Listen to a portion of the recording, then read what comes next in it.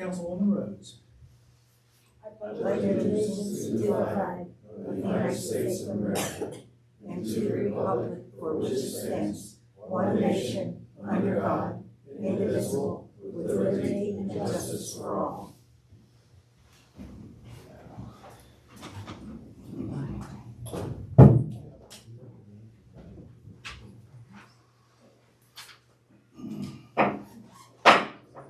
I call to order this regular session of the Vienna City Council. Having taken roll and having a quorum, we will proceed. The first item that we have before we get into our new business is our public forum. We have two individuals that have signed up, and they're both not talking about swimming, just a guess. The first, Mr. Henry Sasson. Bet you one of them is. Yeah, I bet you one of them is.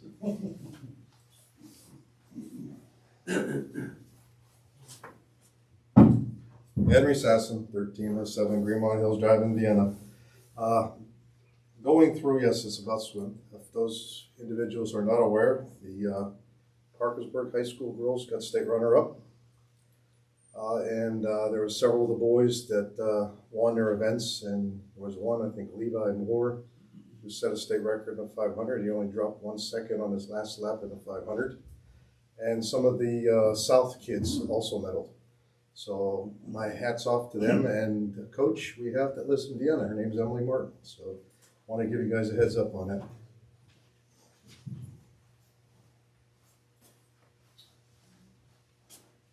Miss Haley Meredith.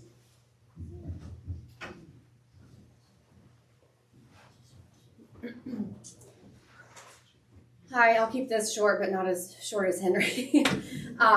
I first want to say congratulations to Officer Cole for his promotion today. I'm not going to be able to stay for it, but congratulations. My name is Haley Meredith. I am a Vienna resident. I have lived in Wood County my entire life, minus the 4 years I spent in Morgantown, and I am running for the Board of Education. I represent District B, which is where Vienna votes, and it is Vienna's district, but I will represent the entire county. Like I said, I live in Vienna with my husband, Craig. We have 3 children, a 10-year-old, an 8.5-year-old, and a 3.5-year-old. The older two go to school at public schools. I went to school at public schools, and my youngest will go to school at public schools. I truly believe that our school system is the foundation of our community. I think with better schools brings better businesses. It's going to help our home values, and it's going to help, obviously, the future of our children, which I am very invested in. A lot of kids my age, and I say kids even though I'm 39 years old, chose to, move away to different areas. And I'm very proud to be in Wood County and have stuck around in Wood County and be raising my children in Wood County. I'm very invested in it. And the way that I see that I can help out is with this school. I have 17 years in banking experience. I'm vice president in lending at Pleasants County Bank.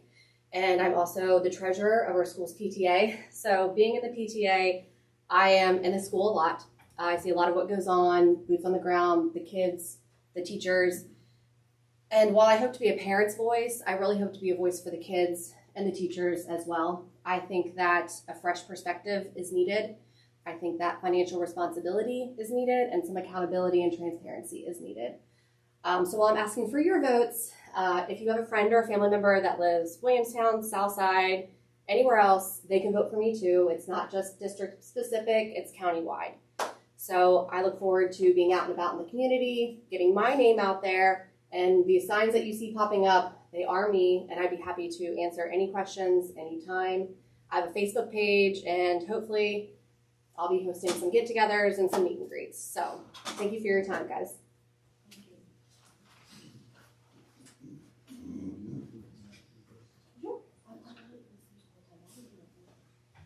The minutes from the regular council meeting on February 19, 2026 have been printed, posted, and circulated. Are there any corrections to the minutes? If not, the minutes will stand approved as posted. Our next treasurer's report will be at the first council meeting next month. We have no unfinished business, so we will move on to new business. Our first item on the agenda is a resolution of the acknowledgement of the appointment of Lieutenant Joshua Cole to the position of Vienna Police Chief. Be it resolved by the Common Council of the City of Vienna that it hereby acknowledges, affirms, and welcomes Mayor Chad Emmerich's appointment of Lieutenant Joshua Cole, to the position of Police Chief of the City of Vienna effective April 17, 2026. Chief's annual salary is $85,280 with benefits. Do I have a motion to accept the resolution as submitted? So moved. Do I have a second? Second. I have a motion and a second. As for discussion, I'm going to start off on discussion tonight. This process was much different for the selection of Lieutenant Cole to be chief than in years past. In years past, it's simply been conversations between potential candidates and the mayor, and then that gets brought forward. This year was handled, like I said, very differently. We had 3 candidates that applied for the position, and all 3 candidates could have very well and easily served as police chief. The process that they went through was, one, a physical assessment. Each candidate was to perform the same level of physical assessment that new candidates that were applying to become an officer with the City of Vienna must complete. They were also required to complete the written exam in line with what new candidates are required to complete. There was a records review of past performance. Then there was a board that was conducted that had myself, Recorder Smith, who is the police liaison for our council, Chief Powell, and Chief Deputy Mike Deans sat on that board. None of us coordinated our questions, and each came with a very specific list of questions that they had. At the end of that, we had discussion about the various candidates, but none of us said who we favored in any of that capacity. I then asked each board member to write in their order who they would recommend for the position. The process was designed to elevate the most qualified candidate. I know that each one of the candidates that applied were all qualified and could have filled the position. This process was designed to elevate the most qualified candidate.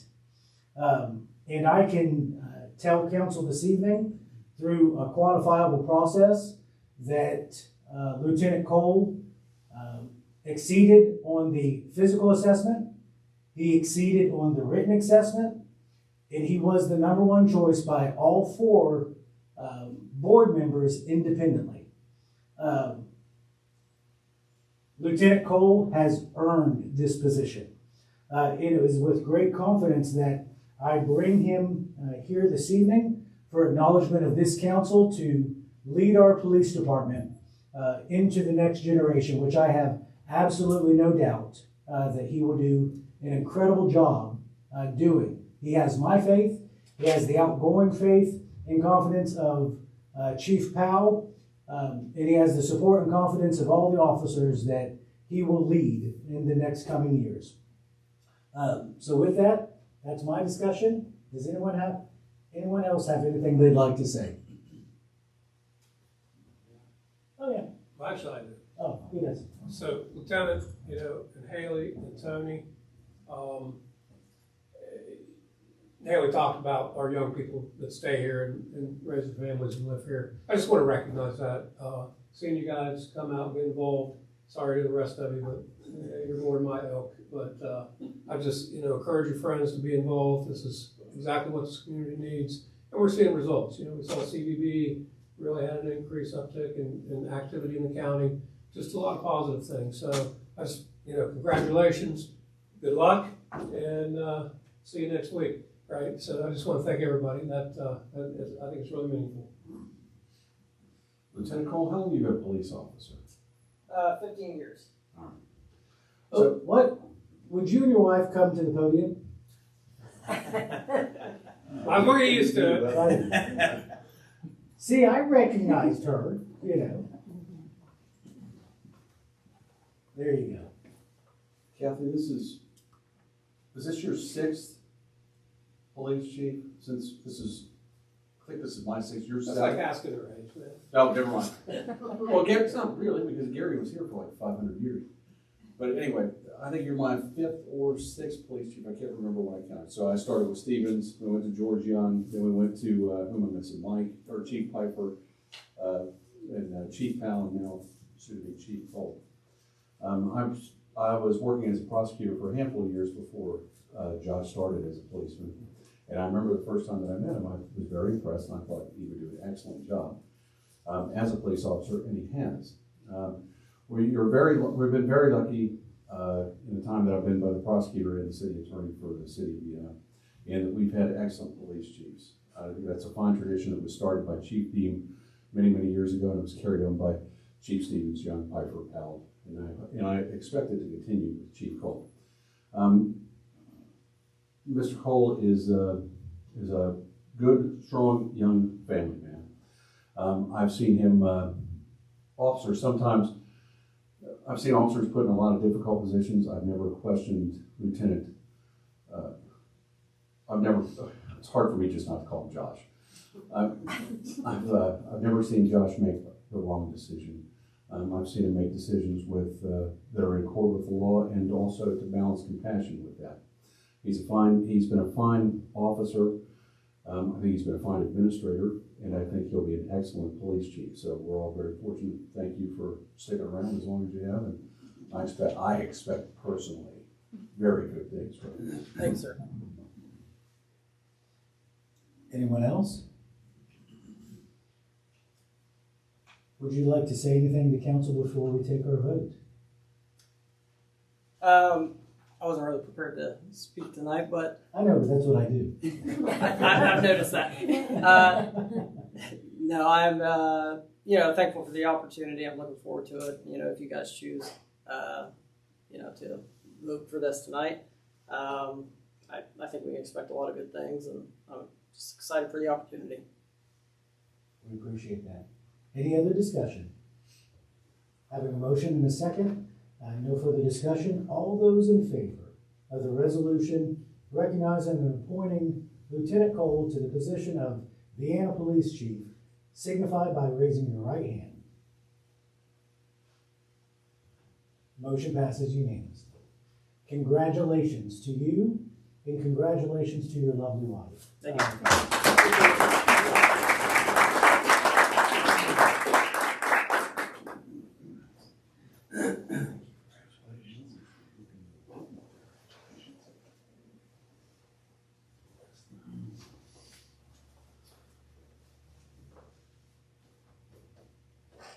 If you two would like to go, you don't have to stay for the rest of the council meeting.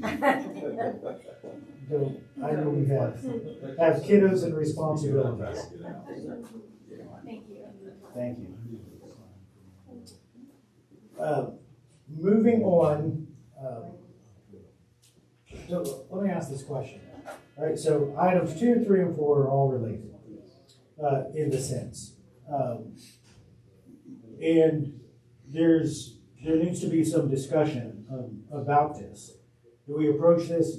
Do I do 2, get a motion and a second, then have discussion, or can we have discussion before we get to these 3 items?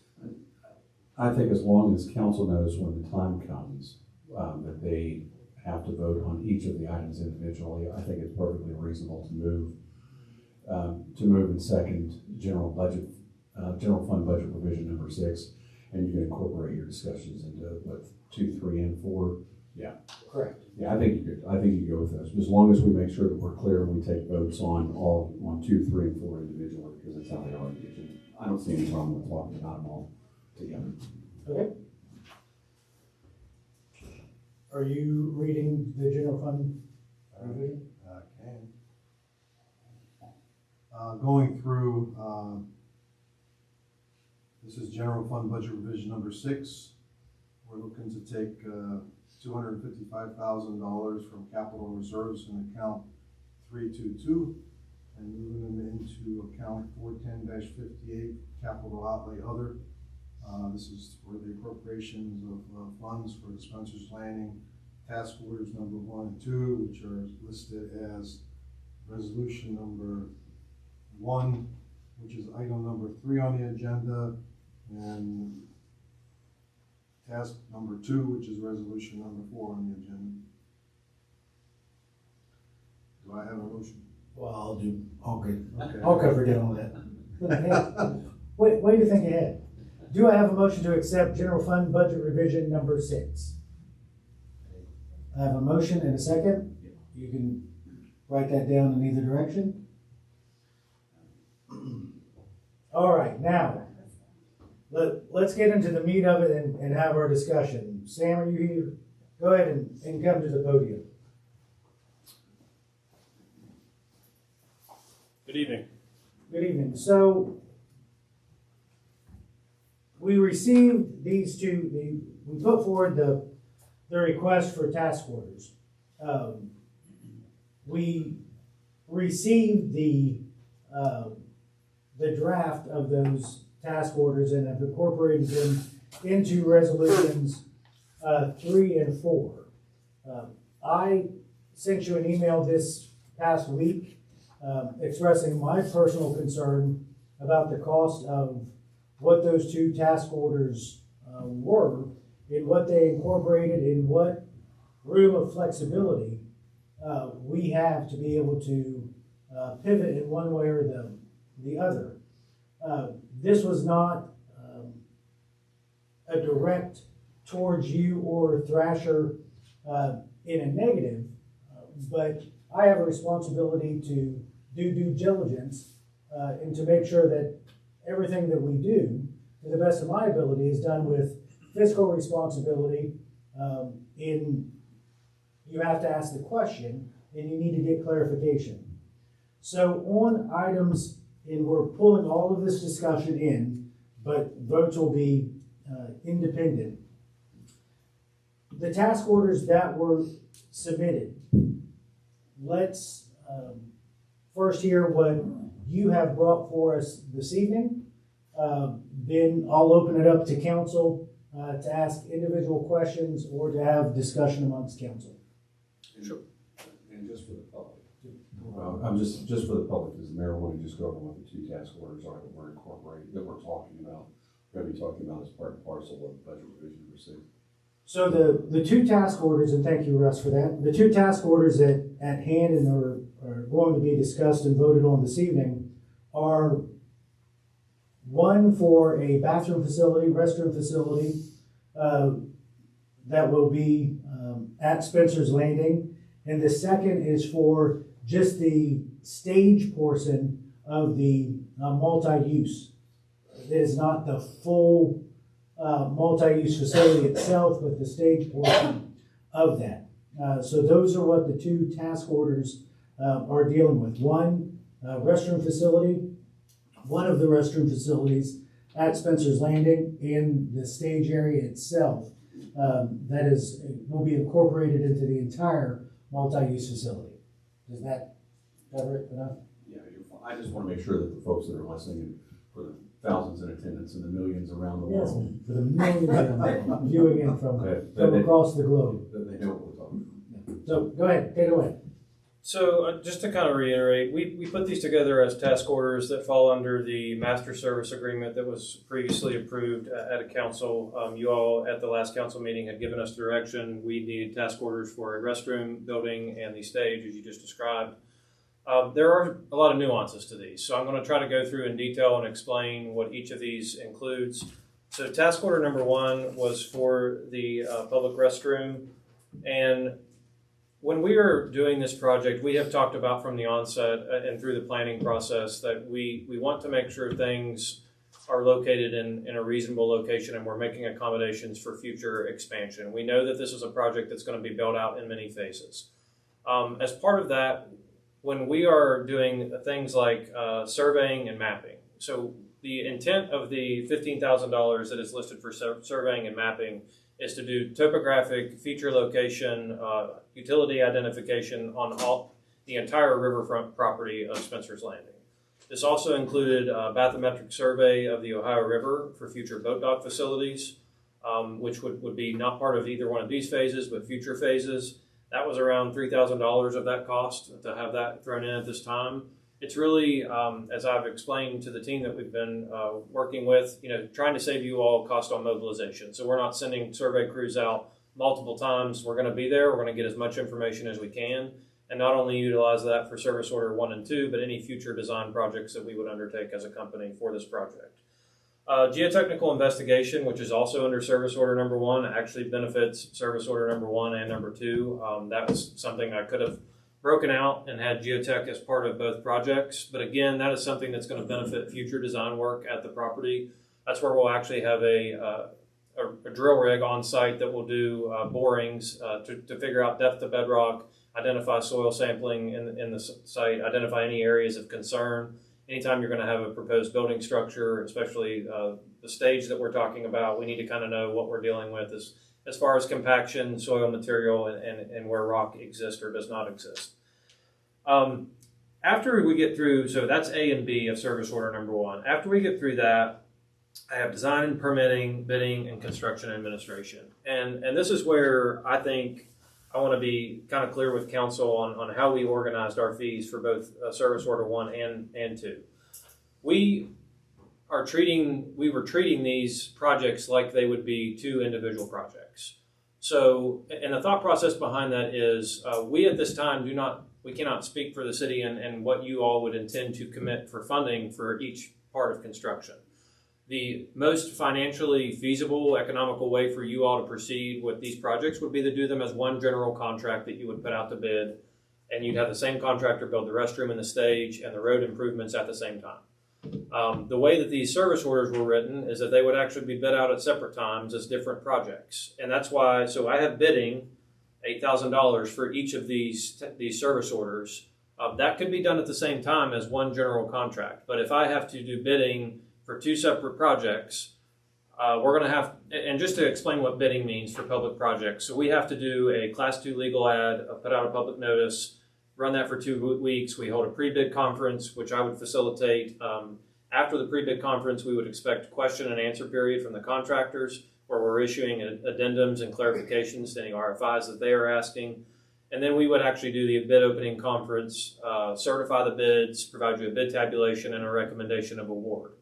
So that becomes very time consuming if I'm doing that twice. And that's why I have bidding on both service orders. But what I'm kind of trying to say is there is cost savings by combining these projects. Same with construction administration. That would entail us basically acting as your agent, managing the contractor through construction. We would facilitate regular progress meetings. We would review all submittals, change order requests, pay applications. And if I'm doing that for 2 contracts, there's extra time and effort involved as opposed to doing that for 1 contract. So a lot of this has to do with how we organize the actual construction bid. If we do this, both of these projects, the stage and the restroom, as one general contract, there could be significant cost savings for the city if we go about it that way. The other thing that I would pose for council to consider this evening in an effort to revise these service orders. There are things that we could do to just do the design and the permitting at this point, and then come back and negotiate bidding and construction administration at a later date if you also choose to do that. And what that would allow us to do is take a further approach to the design and permitting process to actually know exactly what this restroom is going to look like, where it's going to be situated, where our utility connections are going to be. Same with the stage. And then we can give you more accurate cost estimates, because at some point we're going to be coming to council and saying, here's our opinion of probable construction cost. We want to put this project out to bid, and we're going to need to know that there is funding available for us to do that. So this is a tricky thing, and I appreciate your comments, Mayor. We do not take this as any sort of attack. We work with municipalities all over the state, and we respect and appreciate that this is your fiscal responsibility. So, my being here tonight is not to argue with you over what our fees are, but just to help everybody understand kind of what our time and effort is considering as part of these projects. The design and permitting phase, we'll have some floodplain permitting. The entirety of this property is in the floodplain, so any of these structures will need to be permitted through the local floodplain permitter, coordinator. We'll have state fire marshal approvals for these buildings. There could be some health department permitting associated with utility connections and extensions to the restroom itself. But this is all of the civil engineering, architecture, structural engineering, mechanical, electrical, plumbing engineering that's required for these structures is all within that design and permitting phase. Much like the bidding and construction administration, I have extra time and effort built into the design and permitting phase because to bid this project, I have to have a full set of construction documents, which would include detailed design plans and specifications, as well as front-end documents for bidding purposes. There's some time and effort savings there in doing one contract as well, because I don't have two sets of plans, two spec books. It's all one general contract. So I think just in an effort to kind of help everybody understand, we can talk specifics about the numbers. Just looking at the project, and you all have the plans kind of on two different sides of the room here. So if we're looking at the plan here, and I'm going to walk over this way if that's okay, and just point to you all what is going to be included in these service orders. So service order number 1 for the restroom, this is the restroom that we were identifying would be tackled as part of service order number 1. It's in the green space adjacent to the existing parking lot. We would simply need to do concrete sidewalks, utility connections to connect to that area. And then service order number 2 is for the stage structure. But part of that contract design and permitting we've also included is design of the service road that would come over to the stage, all of the utility extensions, concrete sidewalks that would connect from the parking area itself, and then all of the associated lighting, electrical services, items that you're going to need for even future projects, but would be done in an effort to, as I said at the beginning, plan ahead, make sure we're not painting ourselves into a corner. We're going to have to do design work on some of these other features that are not part of these contracts as well, just to make sure, where are we going to need future service for electric, water, sewer, and making sure we have conduits and sleeves in place for those extensions. So that in essence is what I had prepared to speak about tonight. The last thing I will kind of leave you with is we often see in our industry, architecture and engineering fees are a usual percentage of the total construction cost. A lot of times design itself is anywhere from 6 to 12%, depending on the complexity, scale, and size of a project. But overarching fees, we would expect to see somewhere in the 8 to 15% range. If we valued this at a $1.8 million construction project, which for the road, the utilities, the stage, back of house for the stage, or the restroom building itself, we think it's going to be around that. I mean, that's just quick back of napkin numbers that we're pulling. We're in that 15% range with the $255,000. What I'm kind of told you before that is I think we can get that percentage lower based on that construction cost by combining some of the bidding construction administration efforts. So I certainly want to answer any questions that you all have. We have appreciated the opportunity to work with you all to date, and this is a negotiation process. Through the 5G process, you've selected Thrasher as the most qualified and highest ranking firm to enter into contract negotiations. But this is not one-sided. This is not me just telling you what I'm going to charge you. We expect to have some dialogue about that. So as a point of clarification, you pointed to restrooms. It was my understanding that it was the restrooms on the opposite side of the parking area that either was the building beside the parking or the building beside the stage area, not on the other side of the park. So the restroom that we have put in service order number 1 was intended to be away from the stage in the multipurpose area.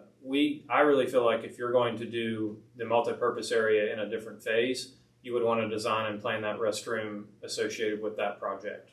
This restroom was intended to be, as we had understood, more general purpose use for park users. So getting it away from that multipurpose venue, closer to the parking lot, because if we do the restroom where we're talking about close to the stage, it's really not close to the parking area or any of the other existing elements at the park. Now that's up to you all ultimately. I mean, there's got to be dialogue during the design process about specifically where we want to put that restroom. I mean, the master plan calls out multiple restrooms, so. Mayor, for the sake of clarity, could you go up there and show, make sure we're talking about the same restroom? Let me Vanna White it. Get out. I'm not gonna stand in the corner. So you were talking about restrooms over in this area, Correct. right? And I guess I was thinking more restrooms in this area. I understand both points of view, right? Yeah. It makes good points in terms of, and the same thing, you'd appreciate that Difference people between stay, here you and want the restroom there. But, yeah, I kind of understand both viewpoints. And I can get that, and maybe it's, it's very possible the justification on this fits better. I guess I'm not closed off in either direction. If it's the best thing I'm not an engineer. I have a good idea fairy at times that comes up with those things, but and maybe that's that discussion point. Is there, in your professional opinion, is there a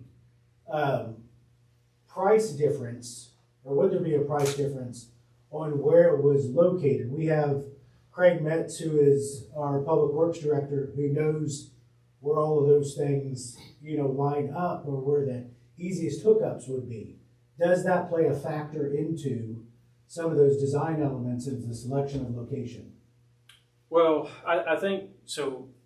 One easy, immediate thing from a cost saving standpoint is if we did the restroom over by the stage, your electrical power connections are going to be more centralized to that area of the property, as opposed to we're going to have a new electric service going over where the original location for the restroom was that I was talking about, versus we just have to extend electric service to the stage and restroom. I mean, they'd still probably both be on separate meters, but from a standpoint of areas of the site you're disturbing and working in, focusing it all in the same area, especially if we're going to do it as one general contract, probably makes more sense from a cost standpoint. Now, Craig, as far as water, sewer connections, I don't know if one is closer than the other and saves us a ton of money from that perspective, but The sewer runs along the fence parallel with River Road. The water is there. We need to upgrade the size of the line to get to the stage, because I think the service I have in there now is a 1 inch. okay. So we have 6 inch run to the road, entrance road, but I have not bored underneath that and extended that line through. Okay. So your water and sewer connections are probably going to be a little bit simpler from a cost standpoint on the original location of the restroom. We don't really, depending on the exact program for the stage, like the back of house area, if we were talking about if we have any kind of a performer restroom, it's like a private area built into that, it'll still need water and sewer as well. That's kind of a part of the program that's got to be nailed down and determined, but. Tammy had her hand up. First off, I'd just like to say thank you for doing this. When I look at this contract, I'm really pleased that the surveys, the field survey, the Ohio River survey, the geotechnical investigation, and all that is going to be completed and to be used in the future. So to me, that's a big savings that's going to be done, it's going to be in place. We don't have to repeat that. And that, the bathymetric survey of the Ohio River, am I right in reading this, that this would be for any development, even like at 12th Street in the future? No, this would not cover 12th Street. This would be for the entire Ohio River frontage at Spencer's Landing. Spencer's Landing, okay. As far as the location of the bathrooms, I'm kind of liking the fact that over by the parking lot, because we're not going to have a ton of events at the stage. It's going to be, like you said, more of a general use park and recreation area. So I think that'll be more convenient. But I'm not concerned with the cost of running the lines, because at some point those are going to have to be run anyway. Mm-hmm. So it's a matter of the chicken or the egg, Right. and what is more convenient.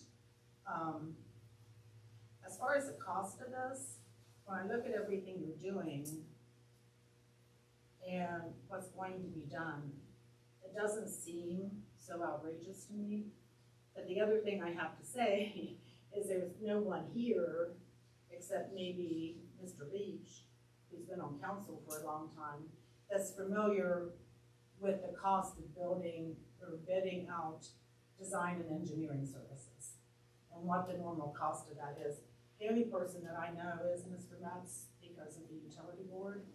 So can you speak to that at all?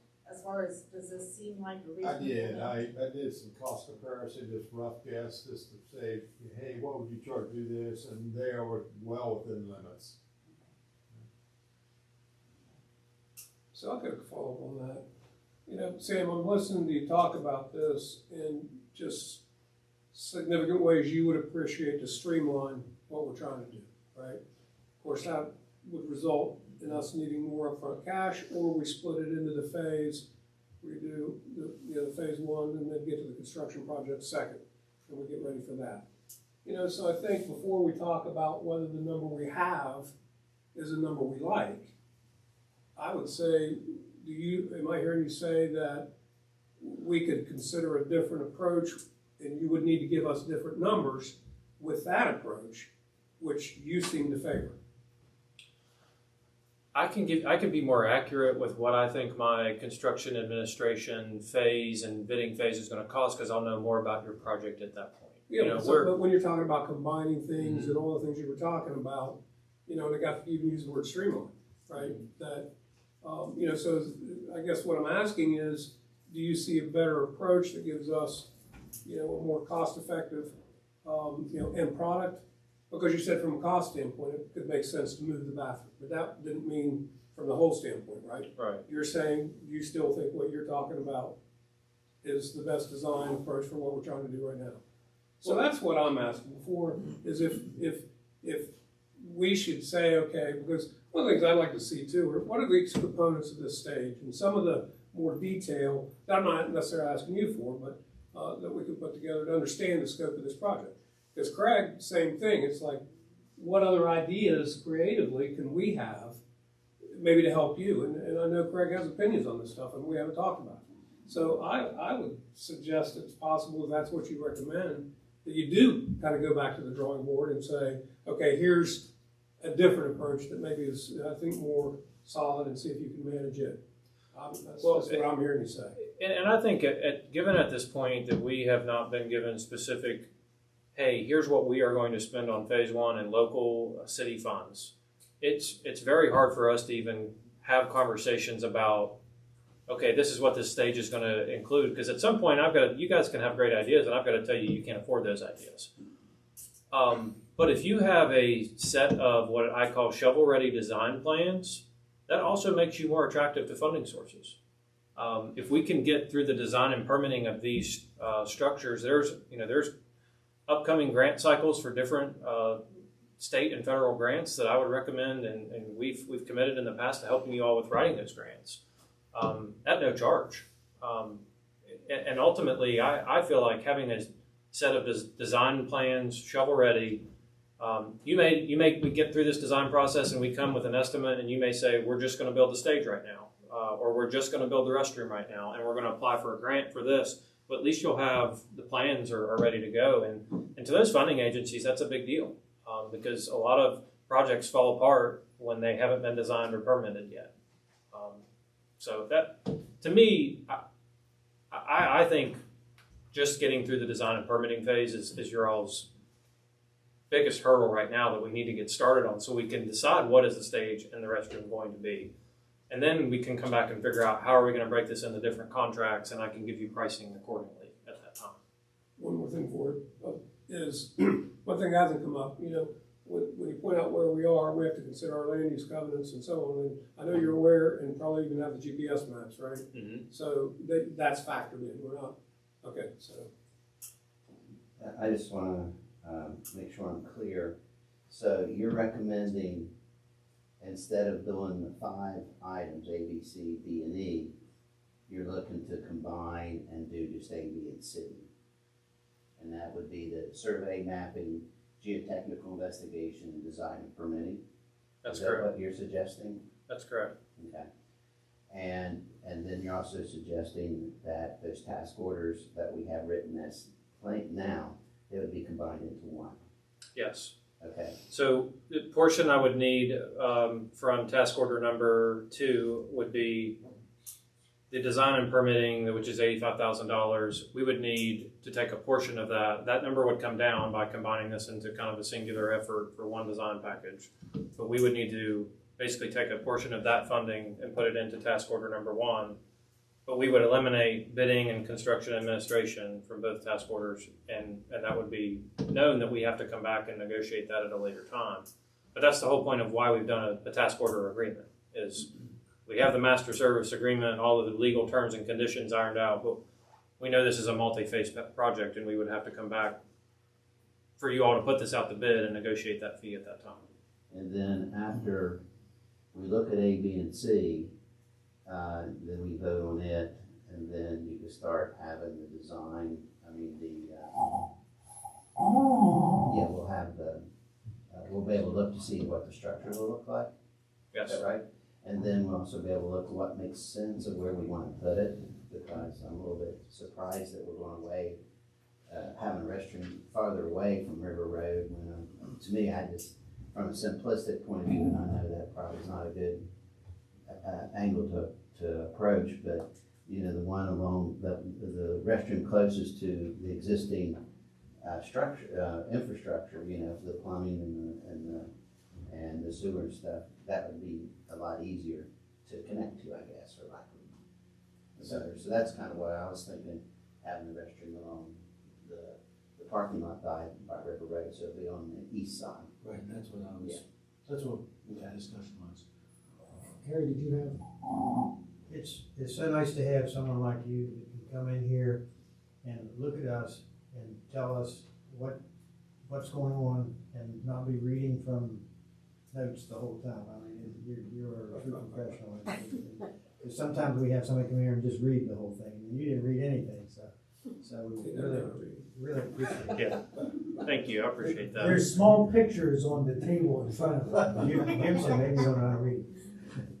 But I agree with everything that you set forth, and I agree with Tammy that the restrooms where you have put them would be the best place. I can't imagine going to a concert and you have to use the restroom, go up to the stage where everybody will watch you anyway. I think it's a lot better to have them on the backside for purposes of concerts and that sort of thing. And certainly it's better for general use to have them on that. So I'm with Tammy on that. So maybe I did a point clearly. I wasn't talking about the restroom beside the stage. There's a restroom along the fence, along the parking area. That's what we were talking, that's what I was talking about. Yeah, they're the smaller one there by the playgrounds. Yeah. And I think if we were to do it at that location, Mayor, we would expand the footprint of that structure. That was intended more as a family-style restroom since it's so close to the playground area. But we could expand that to have family restroom and, Completely agree. So. Tony? Well, thanks for coming up. I know it's a long drive for you, so appreciate you being here to help guide us in this. Can you say again real quick what your napkin math was on the total picture for both? I mean, if we went through and went to construction for this, and I know like combining kind of what you were thinking there, but what was that number? I heard you say 1.8. 1.8, and that gets us the restroom and the stage. And the road and all utility connections. I mean, any general construction contract, you're going to have erosion and sediment control. We'll have to handle the stormwater appropriately, which is going to require piping to the Ohio River with outlets, with that road especially. So any curbing, there are some ancillary parking spaces at the stage and a little turnaround area that would have been part of that. But all the utility, mechanical, electrical, plumbing work, basically finished product for that service road, the stage, and the restroom. And my understanding is the stage was, which there was a picture of it. It's up there. That's the multi-use. This stage is on the drawing. But anyways, it's going to contain like a blue room or something. Is that still part of the design for people to come in? So it's not just like it's an interesting, architecturally interesting. I think I stole that word from you. It's an architecturally interesting. You used design. it so well. Yeah, just claim it for your own. Yeah. Yeah, but that's the idea, right? That's what like the 1.8 was getting us a restroom and then architecturally interesting stage with the blue room and all the Green room. room. Green room. Yeah, green room. I'm sorry. A blue room is for sad I'm people. not very hip. That's right. I mean, because admittedly, we could do just a concrete pad with a canopy structure, and that's obviously not the price tag of the 1.8 I'm throwing out there. I mean, this is factoring in that you will have a back of house, green room, mechanical room, and ultimately, like the way I kind of see that with the types of performances that you all have talked about in the festivals. I mean, you could even have like a small performer room, and I mentioned having like a private bathroom back there for between acts. So yeah, I mean, it's not just a canopy over a stage. All right, and sorry, just a couple more questions. I was trying to do some napkin math here, but basically, getting up to the design and permitting, we're going to be looking at around 150 something. 177. 177. Yeah, I use calculator. 177. But you were also saying that may change a little bit if we're able to combine both tasks, and then if we agree and voted for that and move forward with that task, then you would basically bring us back a shovel-ready project to put out to bid, and we can make some more decisions at that point. That's correct. Okay. And you think right around, so assuming we'll have some savings, we'd probably be that 150 to 170 range right now to get to that shovel-ready design. Okay, so my last question, well, maybe not my last one, but my next question is, once we get to that shovel-ready design, and I'm going to try and draw on your experience here a little bit, and I'm going to ask you to see the future a little bit too, which I know is impossible. What kind of grant do you think, or grants do you think will be out there as far as money-wise? Would we be able to use, do you think we'll get like a 50-50 match, or are there big money grants where we might get 1.5 million or something? I mean, what do you think is out there? The federal funding climate right now is a little bleak. Just current administration, and that's not a political statement. That's where we are. There has been a lot of concerns and questions about projects that were funded under previous administrations, whether they're green infrastructure, environmentally sensitive projects, trail projects that are not getting probably the attention they did in recent years. Parks would certainly fall within that realm. But the 50-50 match, for example, Land and Water Conservation Fund, we successfully helped many municipalities over the last 3-4 years get projects off the ground with that funding source. It's a 50-50 grant that's administered by the Department of Interior.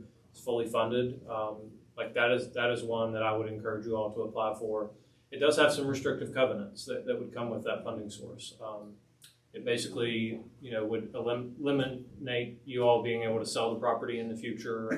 So you're making a big decision by applying for that and receiving those funds for the future of this property, which we could fully educate you all on at a future time.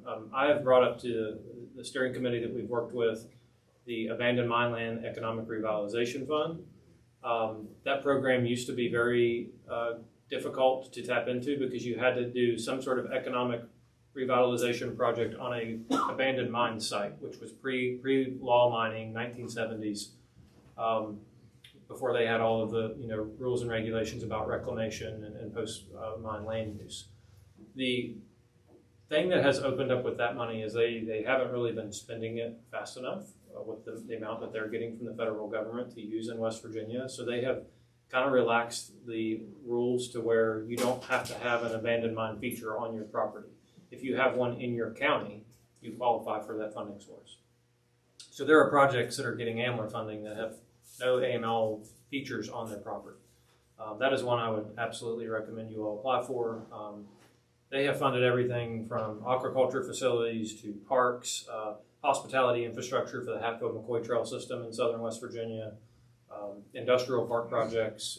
It's really, if you can show an economic benefit, which this property can because of the festivals that you all have and the tourism component, even the community benefit.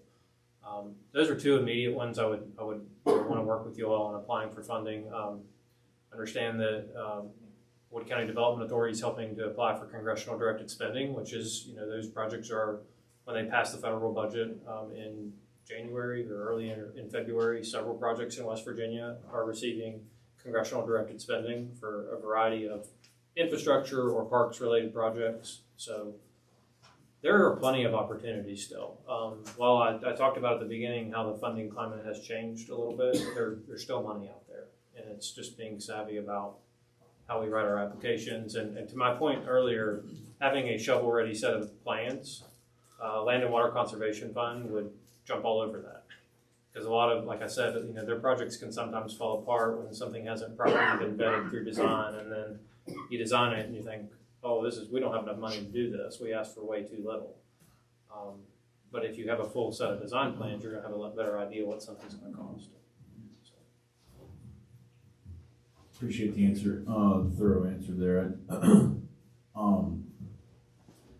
And also, in your professional opinion, and I'm looking at I kind of have a general idea of what we've got in the piggy bank, and I'm trying to think of how the funds that we have can be best utilized to develop this property in a meaningful way that's going, and I believe the stage is right up there as far as good use, but I also am concerned, I have a little bit of concern that if we spend all of our dollars on the stage, is that going to eliminate any chance in the near future to dive into building the multi-use structure that we've also been talking about? And now, I guess my question to you would be, is there some consideration that needs to be had to looking at trying? And I know it's a more expensive asset, to build, but is that something that we should be weighing as far as what should come first? So I think we have to think about this from two different perspectives, because we're doing both of these projects for different reasons. The stage is to enhance the ability for this as a fair festival space, performance space, while the restroom is targeted at more general everyday use. I think both are important for different reasons. I think if you invest in the performance venue, you're going to hopefully generate revenue that ultimately can be put into funds to continue to improve the facility. What I would say is, if you guys have money available, I hate seeing people just spend the money they have and not looking at grants to try to leverage and extend those dollars. With the LWCF being a 50-50 grant match, if you all put $800,000 into something, you got a $1.6 million project. So it doubles your dollars, but and the good thing about LWCF is it doesn't have Davis-Bacon wage rates. So you're not, with like a lot of federal grants, I mean, your labor rates just go really high because you have to pay those higher wages. But it's ultimately not my decision, but I feel like the performance venue part of this has the most ability to help generate interest and excitement in what's going on here at Spencer's Landing. And I've had that, we've kind of all shared independently those conversations. And the conversations that I've had independently with each council member, not directing in any one direction, is to say, what do you feel, may be important? And these are the two things that keep coming up as basically cornerstones to what we want to do. We know that we have to have a restroom down there is a top priority and a necessity. Then when you look at another tier of enhancement, it just makes sense that the stage is that second portion, because it's going to do more good at the end of the day than picnic shelters that we get $15 a rental at Jackson Park. So we're very confident that these are the two areas in which to focus on. It's just, now how we fund. Russ, did you have something you wanted to say? Well, I just want to, just a couple things. One, the way I read the service agreements, and I expect that any future service agreement will read the same way, but they're lump sum payments. It's not like it's a cap. This is what you're going to pay for these services, basically. And if there's work that has to be done outside of the agreement, then we'll talk about that, right? Okay. So the second thing is, as I understand it, essentially another proposal that's been proffered tonight is, well, the proposal that we have is you have two task orders that are in front of you to be voted on individually, one for a bathroom, one for the stage area. And those things, those two items, because they've been drafted the way that they have, they could share costs, but they don't. So you have costs. One thing benefits the other, but for the most part, they're separate costs. So an option that you've brought up is to bring a subsequent or future task order that combines the two, that limits it just to survey and mapping, geotechnical investigation, and design and permitting. So some of those things, like the survey and mapping and geotechnical investigation, those will benefit both of those potential projects. And then do the individual design work. And the idea is that the individual design work, if you have a more definite design, then you will be able to potentially go out and get federal money or find some other source of funding to help obviate some of the costs. Is that essentially it? Yes. And then the $80,000, which is for the bidding and the construction administration, I mean, that cost for that option, whether it's two separate options, if you pursue A, B, and C in each of these task orders, or if you pursue them as a combined A, B, and C with one task order dealing with two projects, is always going to be roughly $175,000. Ballpark. You lost me at the end there. Well, that's what I'm trying to ask, because when you said that you took off bidding and construction administration for one project, that's $28,000, and then construction administration and bidding for the second project adds up to about $50,000. So that's roughly, what did I say? $78,000. So it's roughly $80,000, right? And that's where your wiggle room is. So if you take that from the 255, you're roughly at 175, right? Right, and just a caveat to that, or a clarification on that, I felt like the $85,000 that's in service order number 2 also comes down. So the 170, what would you say, 177 would be a max amount. It's going to be lower than that because I need to revisit my numbers. And that's fine. So what you're saying is, for tonight's purpose, you think it would be reasonable for council to pass on these two task orders, allowing you the opportunity to present a combined task order that just focuses on A, B, and C. Bring that to council for council to look at, and then for them to consider. And then if they authorize it, go forward with the designing and see if we can find some more wiggle room in that $80,000. That's the difference between the two. Right. Okay. So as a point kind of clarifying what Mr. Skoggs is saying, or maybe I'm asking you how to clarify, what do we, I think, at least I'm of that opinion that we should combine these two task orders, remove the bidding and construction administration as part of the task orders from both task orders per Mr. Rich's, professional opinion, and then bring us back some adjusted numbers. So my question is, do I need to make some kind of a motion to make that happen? So this is the question: do we pass on all three of these things tonight? I think you could. I think the cleanest way is just table, and you're probably going to have to do them individually. Table them individually because of the way we have them split out. Really? Yeah, I'm sorry. If we table each of the resolutions as task order 1 and task order 2, does that mean they have to come back? Not necessarily. I mean, you can deal with that later. You don't have to deal with it tonight. If you have the other task order, I mean, you can make a motion, we can put something on. We can deal with that as far as, if they're tabled and they're brought back, we could just vote against them, or however we want to, or they could fail for lack of a second, lack of a better mechanism. But I don't think you necessarily have to bring it back. But if you bring another task order, you can put all 4 of them on your agenda and then make your decision based on that. Okay, so that, from what I'm hearing, I think there is a need to table the budget revision and table both task orders, and then he will come back. You know what? Let's just make this, as long as everybody is clear that there's a motion. Well, you already have a motion in a second on the budget revision. The remaining 2, I mean, I suppose you could just combine them and just motion to table them, so you're only doing it twice. I'm just trying to keep things up. When somebody has to read what happened in here 10, 15 years ago. What did these people I'll read do? before the stage. Yeah. All right, so Hopefully not. But right now you have a motion and a second on the budget revision. So can we amend that and say we'd like to table? You could make a motion to table it, motion ask for a second to just table the budget revision, and then we'll just do the same for the next one. And Rich, Sam, sorry.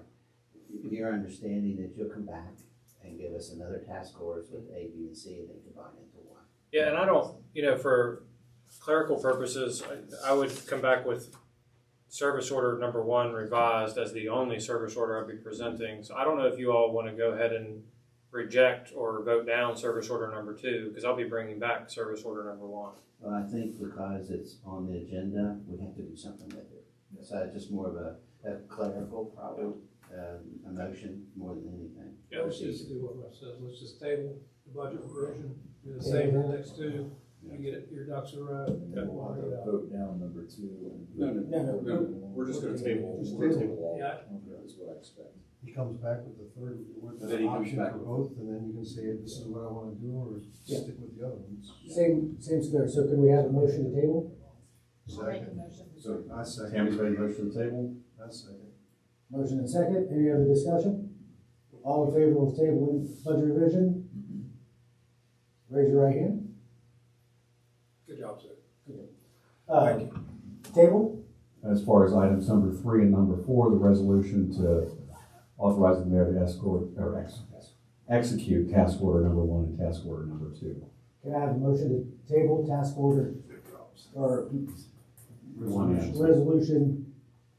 Yeah. As long as we all know. Task order 1 and 2, we're going to go ahead and table. Can I get a motion and a second? We got that? First. Tammy and Henry? Just real quick. Go ahead. I just wanted to say, Mr. Rich, appreciate you coming out and giving us this information. This is, great information to hear.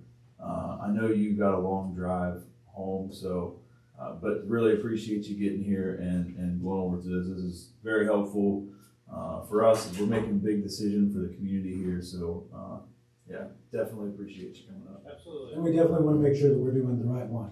And taking a little due diligence and time to do that, I believe is what we are, our residents. Did you have something? So it's going to be during our next regular council meeting, or the one next week? We'll do a regular council meeting. Okay. We won't put it, nothing goes on the specials except the budget. All right, so we have a motion and a second to table both items 1 and 2. All those in favor of tabling, signify by raising your right hand.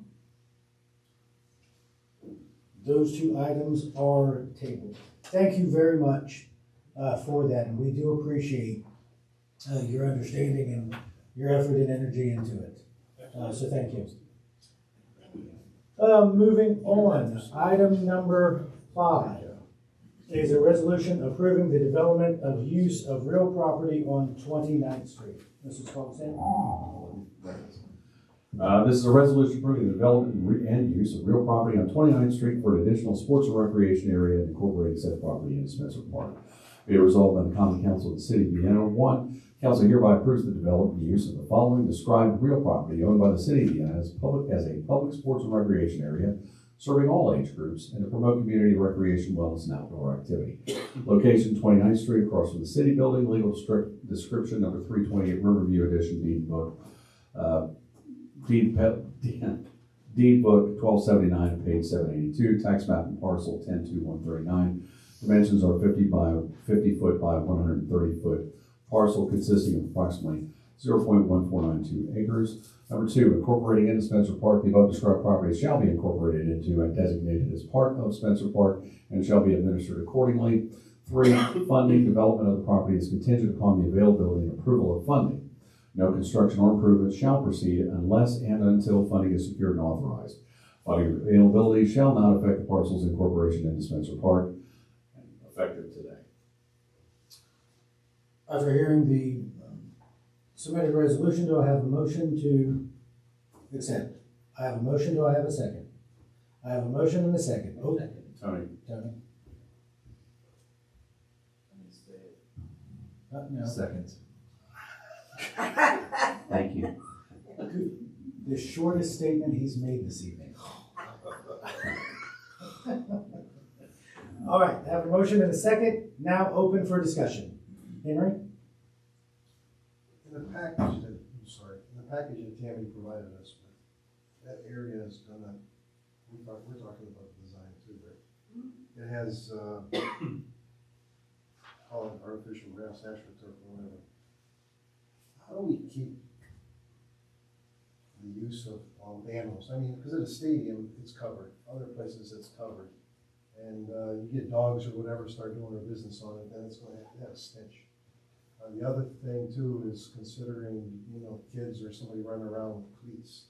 I mean, the astroturfs too, I don't expect anybody doing it, but you run into that risk as well. So tonight, this just simply approves that piece of property For that, okay. for that. This doesn't approve a design, it doesn't approve any action. It just simply now states that, yes, this piece of property will be included in the Spencer's Park footprint. Then we will, through a separate action, approve design and all of those various things. But this is just simply saying we can use that vacant lot now because it is not currently part of Spencer's Park or could be developed as a park entity. That makes sense? It just goes under the rules of the park system. Because right now it's just a vacant lot. Harry?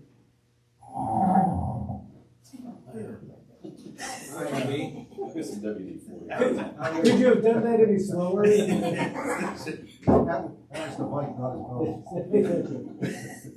I really like the work that Tammy's done on this and the design and everything. I look at Spencer Park and I see a lot of wasted space in the park. The basketball court, I mentioned to the mayor, is absolutely useless because you can't play basketball on a court when there's this concrete wall right next to it.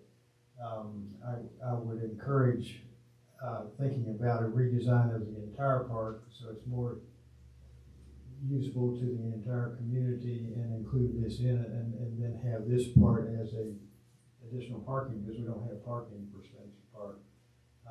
I'm not against what Tammy has proposed here. I just think it should be in the park itself, and that would entail we need to redesign the whole park because it is the only time it's really used when we had the ice cream social, and I'm sure Steve and I can figure out a way to have ice cream social no matter what we put on the footprint there, but. I do not like driving by there and seeing the Spencer Park empty because it cannot be used for so many things that we could otherwise use it for. And we do utilize that for, the family fun weekends that we do each month throughout the year. There are a number of individuals that rent the small picnic shelter that's there and use the grassy area. Big money. It's a wonderful picnic shelter. Well, my point was that if we could have it so that kids in Vienna could use that park every day instead of just when there's special events, it would be more attractive to families. I just want to make sure that everyone knows that this is not part of Spencer Park yet. That's what we're doing tonight. That is the lot across the street from this building. Right. Which way, that way. And so, it's across the alley from Spencer Park. So, I understand what you're saying, that they are two different separate things, and I think we would probably have to deal with Spencer Park and the renovation or redesign of that separately from this.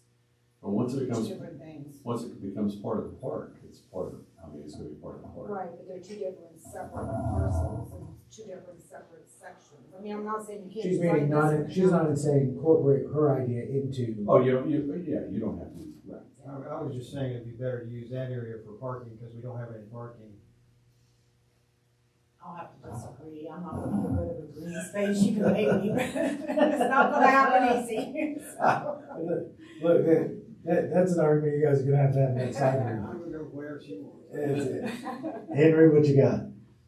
That brings the meeting to, pave paradise and put up a parking lot.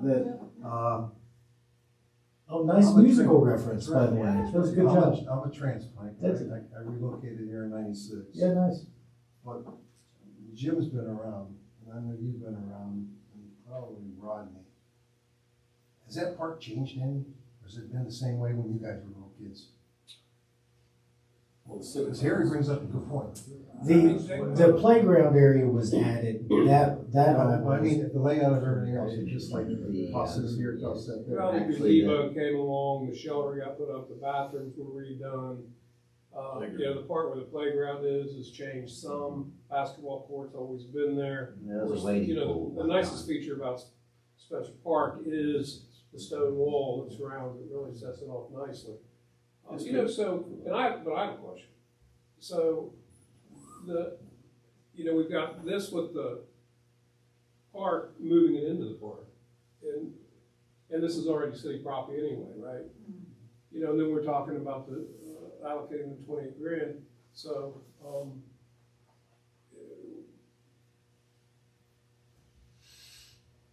I'll let you see where it goes. I just kind of have a question. What's the ramification? And is there, if we're not going to move forward with this right now, making that decision. But right now, we're just voting on bringing that parcel And making it part. Right, but just like when we with Spencer's Land, we had this big brouhaha about whether it should be brought into the park system or not, right? And so I just think I'm not for or against it, or one way or the other. Just realizing it changes the tenor of the property, whereas we can do whatever we want to with it right now. If we make it a part of Spencer's Park, then we're limiting our options. If, maybe not a parking lot, this, that, whether, $28,000 is not gonna build this project. You've got a vision. In fact, I think it probably is gonna be quite a bit more for what you got planned out than what It we is, and envisioned. the And I know numbers, we're gonna talk about funding. the numbers were in the handout from last time. I didn't even bring that for some reason. I did here. Oh, I've got it. But I don't need it right now. But, what you were saying, I understand. The reason that it has to be at this point put into the park system is because the Midcoast money that was Understand. donated Has to go to a park. has to go to a park. So, I mean, if we were gonna do away with that money, then we wouldn't have to put it in the park system, but if we're putting it in the, but if we're going to use that money, we have to put it in the park system. That's the difference. I'm with Harry. I gotta say that, I like the idea and so on. We got so much going on already, trying to get Spencer's Landing off the ground, and then to take on another project and to earmark it and commit ourselves I'm not sure I can support it, quite frankly. Not right now.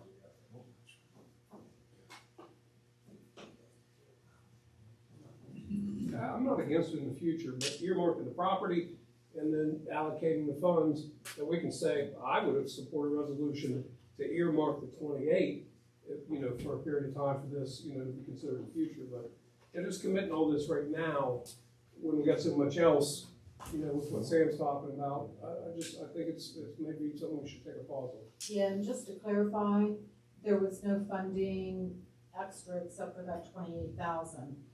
So that was something that we were going to have to look at, getting other funding sources, going to some foundations or something and seeing what we could get. Well, to your point on the parks, so Spencer's Landing is not in the park system. Right. 12th Street isn't either, is it? No. So, Nor is fund- the pollinator garden. So we've got 3 properties not in the park system. We got this money earmarked for the park system. We'd have to change the nature of this property to do that. So like I said, I think we need to maybe, Spencer's Landing will have to get addressed as we get it developed. I think it likely will come in, but those are just from things I've seen and we talked about past years, those are my concerns and why I feel like, maybe we take a pause on this one.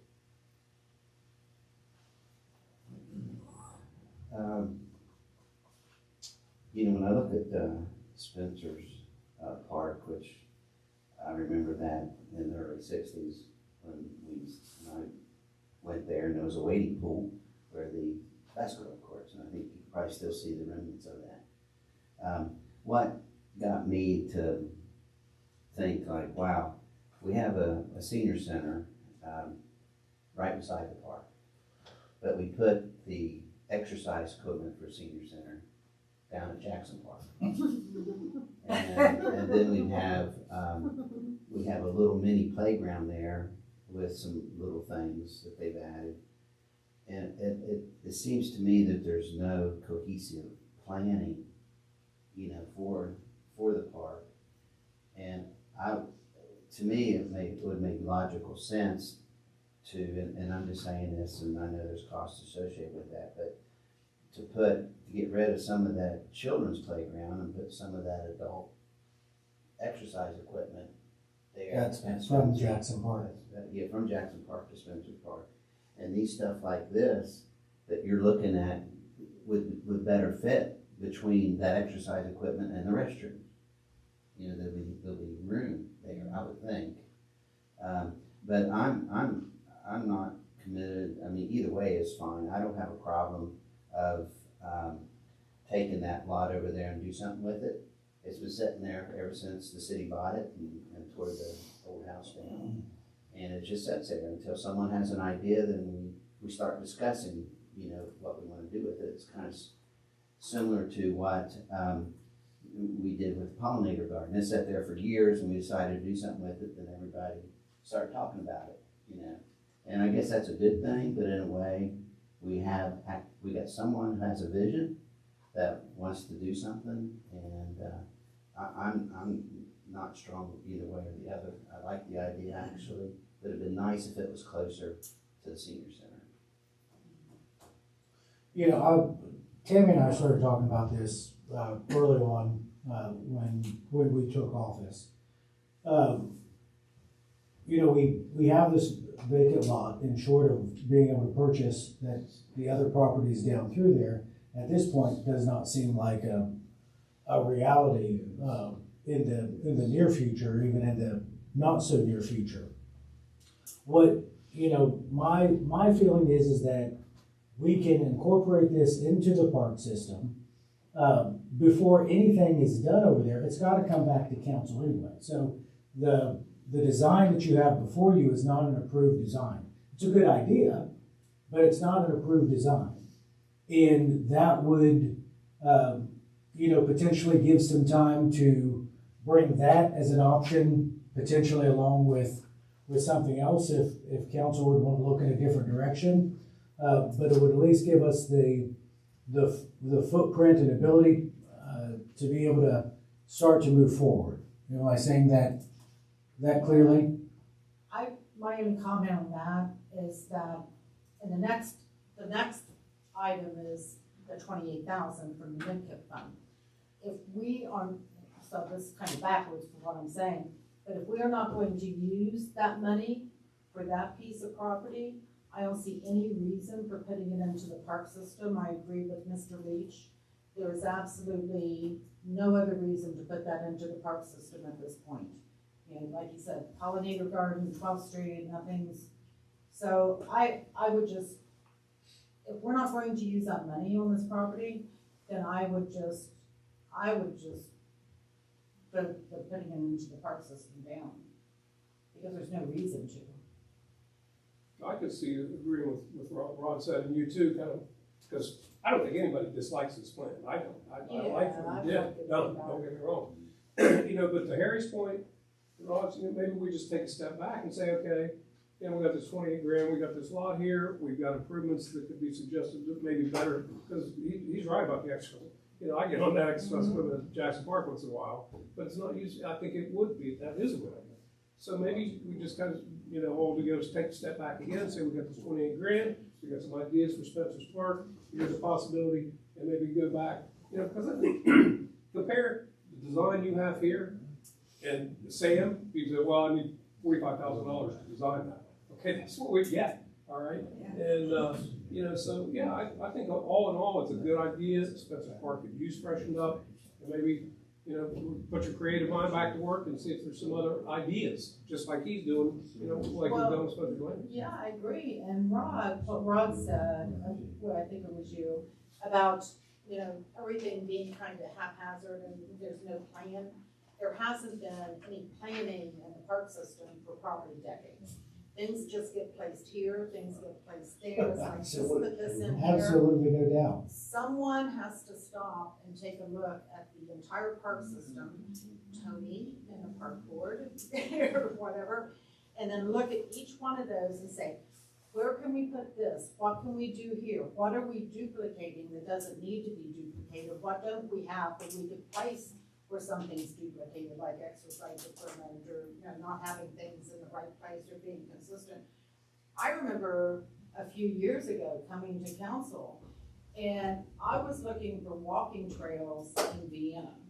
And I went to the public forum and I said, I called the city. There's nothing on the city's website. There's nothing in any of the city documents. Calling the city, I didn't have anyone that I could get to, including the parks director, that could tell me where walking trails were and this was and that was. And I mentioned in that council meeting that it would be nice if there was a map drawn up of each, of all the park systems and all the different parks and what's where. Here's a small dog park, here's a large dog park, there's a walking trail behind Jackson, you know, there's a walking trail in McDonough. And so people that come to visit this area can find something, because right now, we are not visitor friendly, because you cannot find anything. But I think that someone should take over looking at the entire park system and do something with it, because if we don't have a plan, it's just gonna be more of a haphazard, scattered design that has no rhyme and reason. Recall, we have a master plan for the parks that was done 5 years ago, maybe, sometime, and it's not to the detail you're talking about, but for example, it has a walking trail laid out from McDonough Park to Spencer's Landing through all the park systems. And you know, so, and again, it was a rudimentary, and for example, would oversimplify what we're doing at Spencer's Landing, but there is a working document that we probably paid 25 grand for. Got a copy upstairs. Yeah, and it's on our, you can find it on the website, but I agree with what you're saying. You know, because you might get your Google Earth photos in the winter, plug it into AI, and you got your walking trails. I mean, it's getting that simple. It really is. But that, you know, you're right. It's a good idea as far as planning it out. So this is your resolution and your stuff, but what I'm hearing is that you're in more favor of taking a break on this, getting a master look at things overall, then coming back with something more solid. Yeah, I am. If we're not going to spend that money on this park system right now, if we're not going to go forward, I can look for other funding and see what I can find out there. But I don't see any point in putting this into the park system at all. So do I need to I don't want to table it because we're not going to bring it back right now, do we? Or should I table it? And is there a period of time? No, the period of time is How often do you remember? Bring it back. No, I mean, technically you're supposed to bring it back at a next. Tammy doesn't forget anything. If we follow Robert's Rules of Order, you would bring it back at the next regular council meeting to be considered. But we don't strictly follow Robert's Rules of Order, so sometimes it's just, do we remember to do it? You could move to table it, or you could just vote it down and deal with it later. Which way is better? I would just table it. I agree. Table items, can we table items 5 and 6 together? Because one's related. Does that mean it's on the agenda every week? No. It doesn't, No, that's what We're not gonna go back on the agenda. I have an idea. I mean, like I said, as long as everybody's clear what they're voting on, I think that you can vote to table both of them, even though you haven't moved and seconded the funding one. But they are closely related. So I make a motion that we table both items 5 and 6 relating to the designation of the 29th Street property and the dedication of funding to be tabled to a future date. A second? I said something, but I don't know where I'm at. All in favor signify by raising your right hand. All right, those two items are, we've been doing a lot of tabling this evening. Furniture makers. We are furniture makers tonight, by golly. All right, moving on, item number 7 is the ordinance of first reading amending and correcting the 2024 City of Vienna Comprehensive Plan. You want to summarize? I'm just gonna read it by title, and, I mean, that is, to be honest with you, the ordinance, or what I've drafted in there is a summary of the changes. Yeah. And it's quite lengthy, but. First off, this is an ordinance amending and correcting the 2024 City of Vienna Comprehensive Plan to reflect clerical corrections, updated demographic data, land use changes, educational developments, economic development initiatives, transportation improvements, community facilities updates, and related matters. The paragraph 2 goes through the clerical corrections that we've talked about and sets them out by page. I've just incorporated the actual changes to those in the body of this ordinance. You also have attached Ms. Rhodes' notes that led to the ordinance, and you have a copy of the comprehensive plan with all of the changes to the clerical corrections and the amendments already put in as a proposal, so you can see what they would look like. Paragraph 3 is the amendments projecting future land use that incorporates the WVU Innovation and Technology Center, the proposed new consolidated elementary school, the former Johns Manville industrial site, Spencer's Landing, 12th Street property. Paragraph 4 goes into housing, which is related to the WVU ITC project. Other transformation modes recognizing the bicycle trail that was brought in, planned signage, Parkersburg's extension, economic development and tourism. That's amended to show that what are the purpose that we're putting forth for enhancing our tourist attractiveness. Community services and facilities, that adds and includes recognize the senior center, the community building, the Interact building.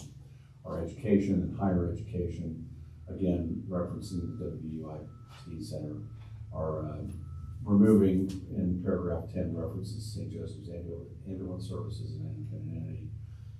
Our natural resources, parks and open spaces, fairs and festivals, action steps, and the appendix, and so forth. And essentially that's what this is amending and incorporating. Do I have a motion to accept on first reading the ordinance as so submitted? Second. I have a motion and a second, open for discussion. Let me start off by saying, Tammy, excellent work. This was something that even before the election that I know was very dear and to you and a passion. When she came in and was appointed to her position, she took this on.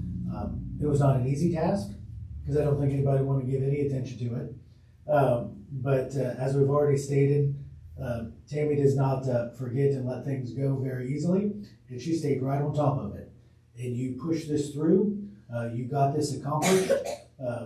You did excellent work on it with the team that you had on that board as well. So you're be commended for all the effort and energy that you put into it. So thank you for all of that. That is not a task I would have wanted to take on, but you did an excellent job. Any other discussion? Yeah, I'd just like to echo that. I really appreciate what you did. You know, I was the ones sitting in the back there, and I was shaking my head like, how can you get geographic stuff wrong, you know, and some of this stuff. But, you know, this is a living document, and I'm sure you'll keep it updated as years go on.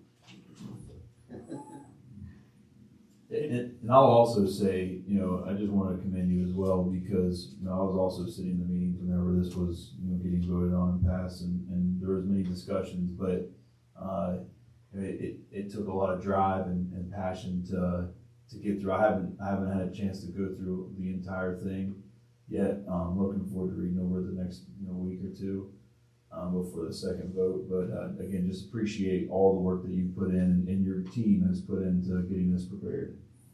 Thank you. I'll appreciate that too. And don't forget your planning commission. Well, Yeah, they put Ms. Spence's hard about it. They put a ton of work into this. You need a driver, which you have, but you need something to drive too, so. It's tedious to get through. Good job.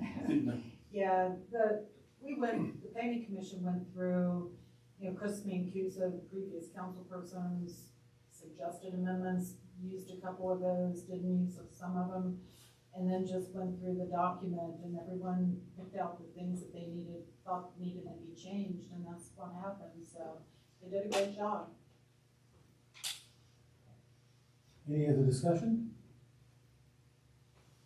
I have a motion and a second, no further discussion. All those in favor of passing the ordinance on first reading, making changes and corrections to the Vienna Comprehensive Plan, signify by raising your right hand. Motion passes unanimously. That ends, A. And Tammy, I think that's the one, no, we had the police chief, so you were one of two things that we actually, were able to action tonight, so congratulations to you. That's only the first reading, you never know what's gonna happen. Well, hey, look. We're tabling it. Yeah, we're gonna table it next time. That's how that rolls. All right, moving on to reports, standing boards and committees. Does anybody have anything?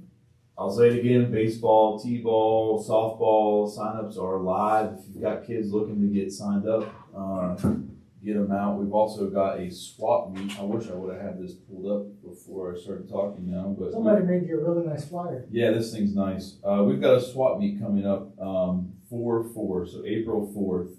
So we've got some time, another month or so, but we're collecting donations. So you got any kids, grandkids, friends, family that's got some old sports equipment lying in the shed or the garage that they don't use anymore, we're accepting donations all the way up to April 1st. There's a flyer on the Vienna Rec Facebook page as well as their website to get more information. We're asking everybody to contact Craig and Blevins, who sits on the board. But it's a really good thing.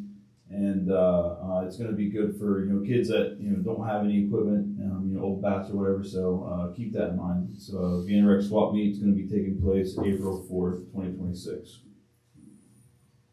Anyone else?